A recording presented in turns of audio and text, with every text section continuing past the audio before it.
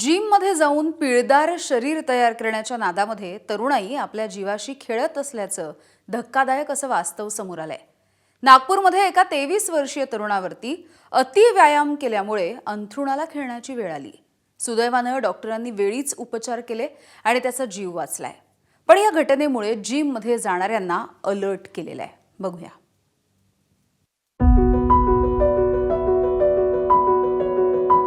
ओम भोयर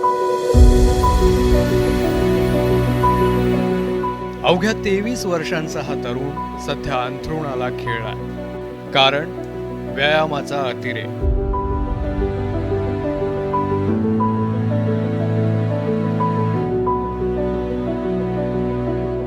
दहा एप्रिलला ओम नेहमीप्रमाणेच जिममध्ये गेला। तिथं त्यानं शारीरिक क्षमतेपेक्षा अतिताण सहन करत व्यायाम करायला सुरुवात केली। त्यामुळे रक्तवाहिन्यांवरचा ताण इतका वाढला की ओमची मेंदूची रक्तवाहिनीच फुटली।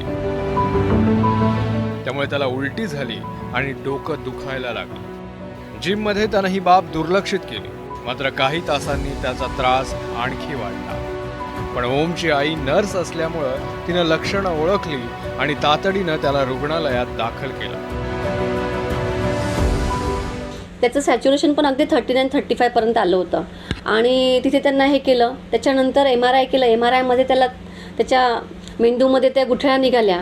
तर डॉक्टर सचिन ढोमणे सरांना जेव्हा कॉल केला त्यांनी सांगितलं की अर्जंट याला कॅथलॅबमध्ये घेऊन ती प्रोसिजर करून आपल्याला त्या गुठळ्या काढायच्या आहेत। तर खान सरांकडे नेलं आणि 6 तासामध्ये त्याला जी ट्रीटमेंट मिळाली, म्हणजे गोल्डन आवर्समध्ये जी ट्रीटमेंट मिळाली, त्याच्यामुळे आज तो सुरक्षित आहे।